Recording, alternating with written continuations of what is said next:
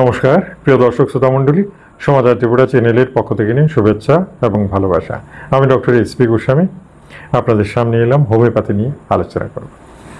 Homeopathy যারা খাচ্ছেন, ওষুধ খাচ্ছেন, তারা জানেন যে হোমিওপ্যাথি কত মজার, কত সহজ। যারা ওষুধ খান, যারা ফল পেয়েছেন, তাদেরকে বোঝাতে হয় না।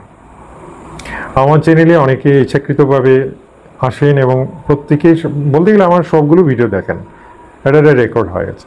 কারণ সবাই বলেন স্যার ভিডিওগুলো দেখে খুব ভালো লাগে, একটার পর একটা দেখি, যতগুলো দেখি যতটাই দেখি ততটাই ভালো লাগে। কেন কি, অনেক ওষুধের নাম জানা যায়, আর কারো না কারো একটা না একটা প্রবলেম তো থাকে। আর তখন যদি সেই ওষুধটা আপনি পেয়ে যান, অর্থাৎ আপনার যে সমস্যাটা, সেই সমস্যার ওষুধটা যদি আমার ইউটিউবের ভিডিওতে পেয়ে যান, তাহলে মজা লাগে না? খুব মজা লাগে। মনে হয় একবার দেখি না খেয়ে, যদি খাওয়ার পরে একটু রেজাল্ট আসে খারাপ খেয়ে। আর সেটা করতে গিয়ে ট্রিমেন্ডাস, অর্থাৎ অনেকে এটাই পরীক্ষা যে দেখি স্যার বলে যে একটা ওষুধ কিনে খেই, আর খাওয়ার পরে দেখা গেল উনি বলছেন আরে বাবা আমার 10 বছরের রোগটা তো চলে গেল। এই হালকা হালকা ভিডিওটা দেখে আমার এতদিনের একটা কষ্ট লাঘব হয়ে গেল। অনেকেই নিজে কথাটা স্বীকার করেছে। তাহলে দেখুন তো, হোমিওপ্যাথি মানে কি বলবো, হোমিওপ্যাথি মানে সবাইকে যেন ছাড়িয়ে যাচ্ছে এমন মনে হচ্ছে, সব কিছুকে ছাড়িয়ে যাচ্ছে।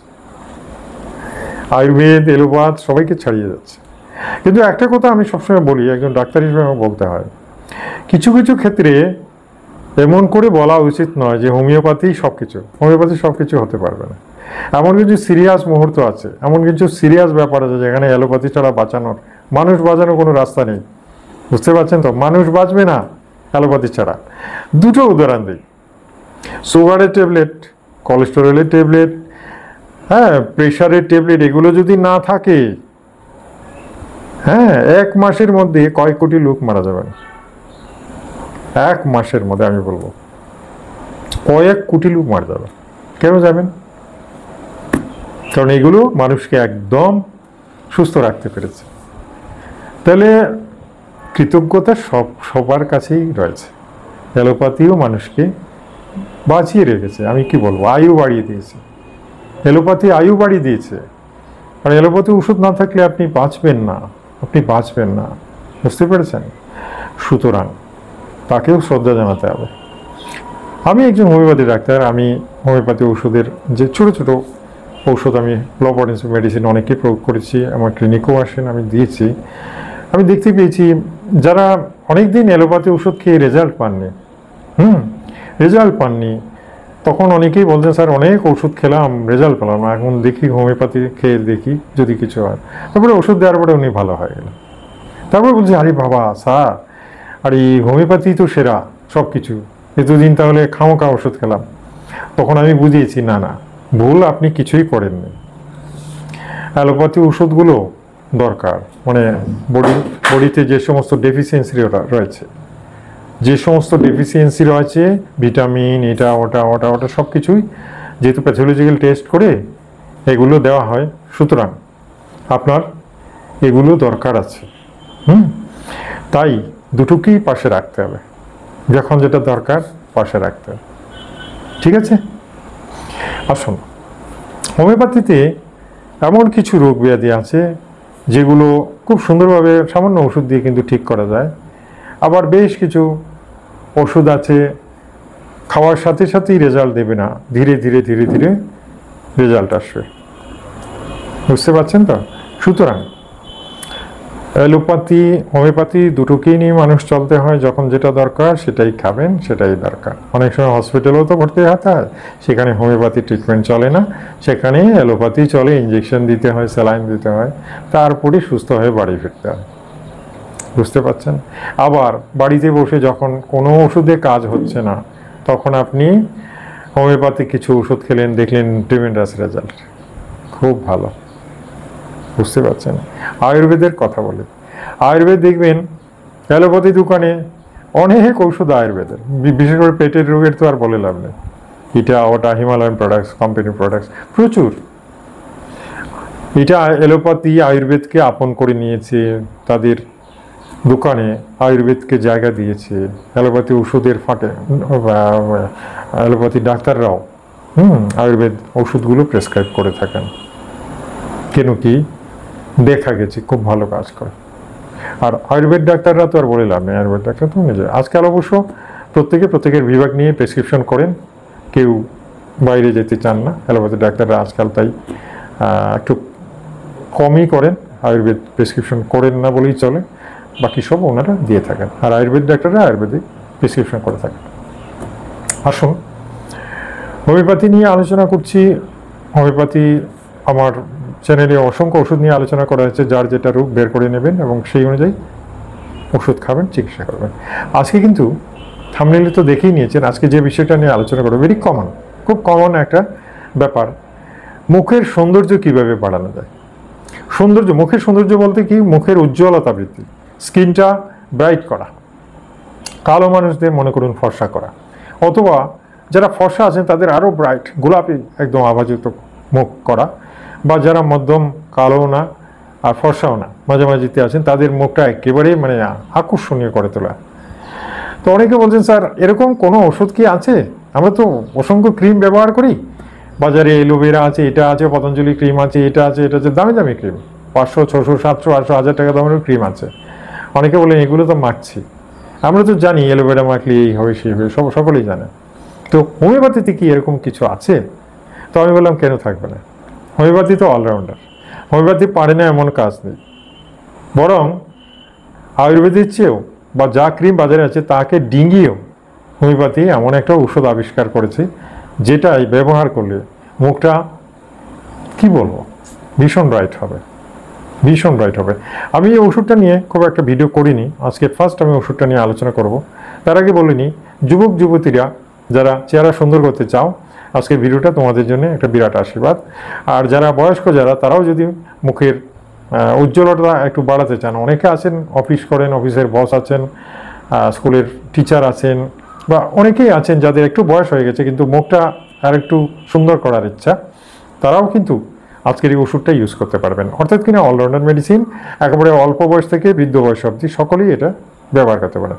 সেই সঙ্গে বলে দিই, আজকের যে এই যে ওষুধটা, এই ওষুধটা কিন্তু ভীষণ দামি, এটা দামি ওষুধ, ওষুধের দাম বেশি, কারণ কি ওষুধটা দুর্লভ বস্তু দিয়ে তৈরি, অর্থাৎ কিনা একেবারে কমন জিনিস দিয়ে তৈরি নয়, সুতরাং দুর্লভ বস্তু দিয়ে যেহেতু তৈরি এটার দাম বেশি।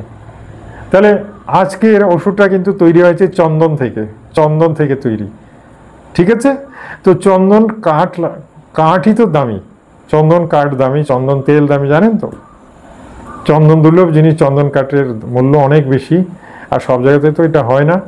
মহীশূর স্যান্ডেল, যেটা মহীশূরে প্রচুর পরিমাণে চন্দন পাওয়া যায়, অন্যান্য জায়গাতেও চন্দন আছে, সে তো চন্দন। তো এই যে চন্দন গাছ, এই চন্দন গাছ থেকে কিন্তু একটা মাদার টিনচার তৈরি করা হয় হোমিওপ্যাথিতে, ঠিক আছে? তার আগে, নামটা বলার আগে আরেকটু বলে নিই, দেখুন মুখের মধ্যে অনেকের শাল থাকে, দাগ থাকে, এটা থাকে, স্পট থাকে, অনেক কিছুই আছে। তো সেটার জন্য আমি অন্যান্য আরও অনেক ভিডিওতে আমি বলেছি, যেমন সিপিয়া দেওয়া যায়, বারবেরিজ অ্যাকুয়াফিল্ম রয়েছে, এই ওষুধগুলো সম্পর্কে আলোচনা আমি করেছি এর আগেও। সুতরাং এই ওষুধগুলো খাওয়া যায়, সিপিয়া তো খাওয়ার ওষুধ, যাদের মুখে ছোট ছোট স্পট আছে, ছোট ছোট দাগ রয়েছে, তারা সিপিয়া, 200 পটেন্সির ঔষধ সকালবেলা, ডেইলি সকালবেলা দুপুরে খেতে পারেন, বেশি দিন নয়, 10 দিন খেয়ে বন্ধ রাখবেন, ঠিক আছে? বারবেরিজ অ্যাকুয়াফিল্ম এগুলো আপনারা মাদার টিনচার খেতে পারেন, 10 ফোঁটা করে দিনে দুবার করে খেতে পারেন। আচ্ছা, এগুলো কিন্তু আজকের ওষুধ নয়, আজকের আলোচনার বিষয়বস্তু হচ্ছে চন্দন থেকে তৈরি একটা ওষুধ আছে, যেটার নাম হচ্ছে অলিয়াম সেন্টালিন, অলিয়াম সেন্টালিন, অলিয়াম সেন্টালিন, অনেকে অলিয়াম সেন্টাল বলেন।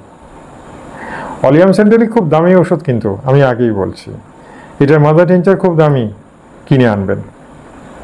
আচ্ছা, প্রথমে বলে রাখি, অলিয়াম সেন্টার মাদার টিনচার আমি বলবো তেল নয়, যদিও এটা মাদার টিনচার বাট আপনারা এটা খাবেন না, এটা খাওয়ার নয়। মাদার টিনচার হলো, আমি বলবো এটা 1 চামচ জল নেবেন, 1 চামচ জলের মধ্যে 20 ফোঁটা ফেলে দিন।